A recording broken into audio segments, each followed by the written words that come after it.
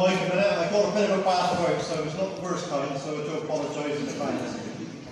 It's a real privilege, actually, to be able to come and speak to you tonight from the RMT Union and bring our fraternal greetings and solidarity to all working people in this city and across the UK who are currently having to face and fight this cost of living crisis. We know we're looking at a cliff edge, even with the money that Liz Truss is so kindly going to put into the economy to help us, as she said, or put into the bank accounts of her friends in big business, as we know. Effectively, for working class people, that cliff edge remains. And for millions of workers, that's what we're facing this winter, this Christmas, and into the new year. As I said, it's a great honour to be able to speak tonight, and we've affiliated to Enough is Enough, and I think the slogan itself actually resonates with people greatly across the UK because people have had enough. The only people that don't seem to have enough are the rich and the people who own the wealth. They never seem to have enough, and they all seem to want more at our expense. The strength of this meeting tonight, and meeting apparently outside of Brandon Hill as well, is a reflection of this growing movement. And I warmly applaud Acorn, the UCW, and the other organisations who started this campaign, and there's no doubt it's echoing throughout the country. And I believe sincerely that a lot of the decision to put that extra money, even though it's inadequate, to pay off some of the bills for energy is because they realise of this mass campaign that's building. But that's not enough for us, comrades. We have to continue to build this campaign. There's a lot of angry people out there. If we had all the angry people in Bristol here tonight, we could overflow this meeting 1,000 times over, as we know. This campaign, the trade unions, we do have to get into the working class estates in Bristol and across the country.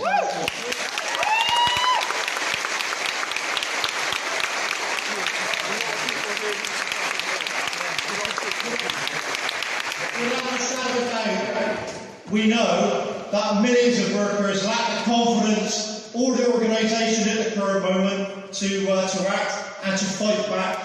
But hopefully this year, when we took our first week of strike action in the RMT, something happened which we didn't realise.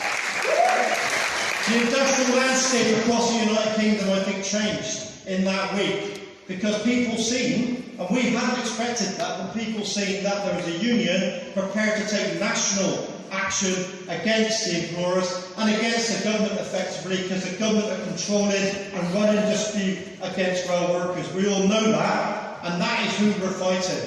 But we're not afraid of that, and I think the reason why our dispute has resonated with millions of people is because people have seen, as a trade union and our leadership and the way they've spoken, aren't fearful about speaking up for working people. We're not doffing our cap, we're not going in begging, we're demanding.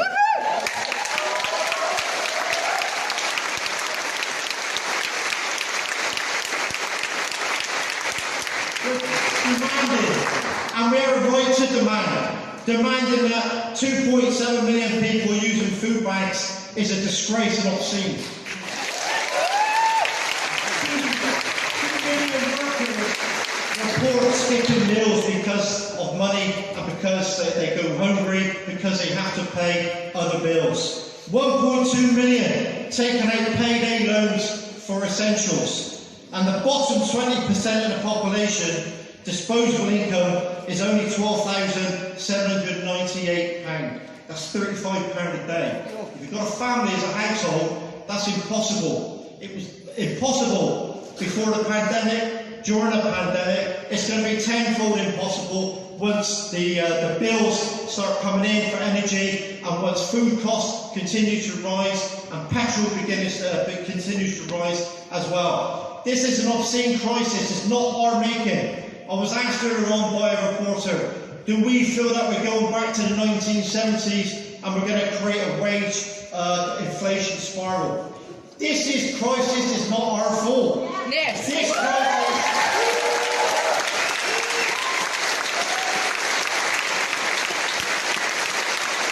The crisis of capitalism at the feet of working people is an obscenity in itself. for some of our spokespeople not to condemn that and not to expose that for what it is also a massive mistake on their behalf. We need Labour leaders, we need socialist leaders, we need trade union leaders. Get off the fence. We're going to fight.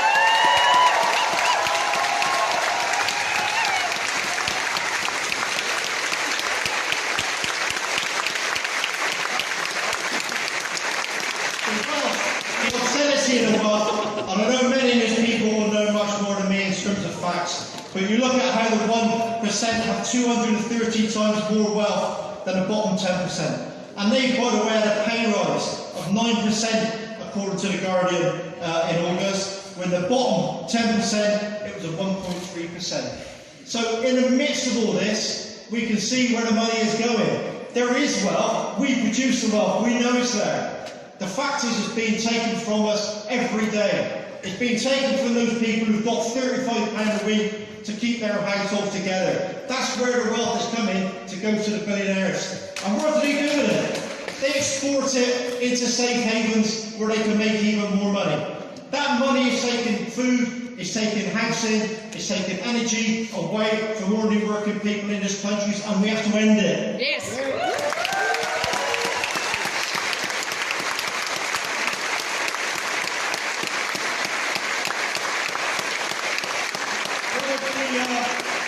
One of the statements from Mick Lynch, our leader of the RMT, recently, and I think I was up at Durham Miners Festival when he made it, was about the fact that we're no longer going to be meek and humble. The working class is back. And what he meant by that is we've always been there. We know the working class is there because this society wouldn't have any wealth if it wasn't for the kind benefits of working class people handing over that wealth every week. But what we do know is people are becoming more class conscious. They're becoming aware that classes actually do run the society. We do have a capitalist rich class who are exploiting us for everything we've got. And that must end. And I think people now are beginning to become more aware. But more importantly, they want to be organised. So we have to play that role. This campaign has to play that role of going out into the estates, into the workplaces where there's no workers organising trade unions, and getting working class people organised. Yes. The more organised we are, the stronger we are, and we will win.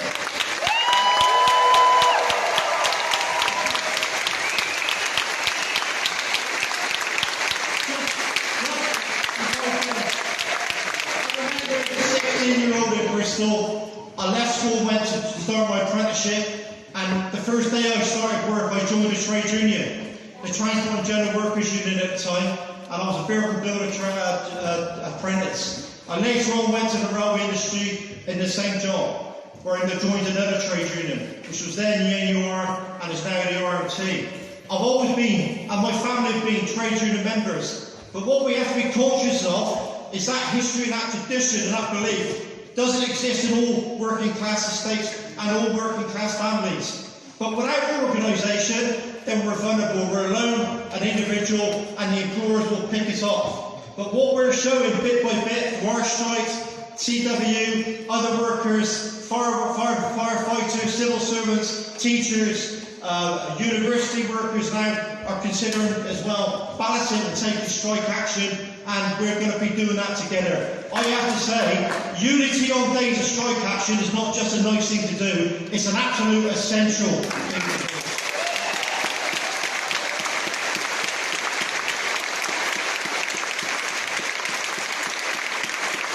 And by the way, if that means the strike is general and it's a general strike and it stops society, we'll show where the real power lies in this.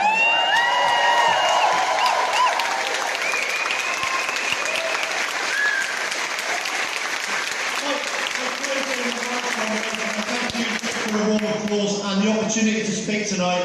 But as I said, at 16, 17 I became a socialist and I became a trade unionist, and I've been fighting that battle all my working life. I don't want to see my children and my grandchildren having to face these same battles in 50 years' time. Because if we don't change society, and just one comment on that, because I know Suzanne kindly read out the list of the demands for this campaign. But I have to say, it reads a little bit like a short list. It could be a lot longer list, actually, of the opportunity we had in 2017 and 19 to put a socialist government in power.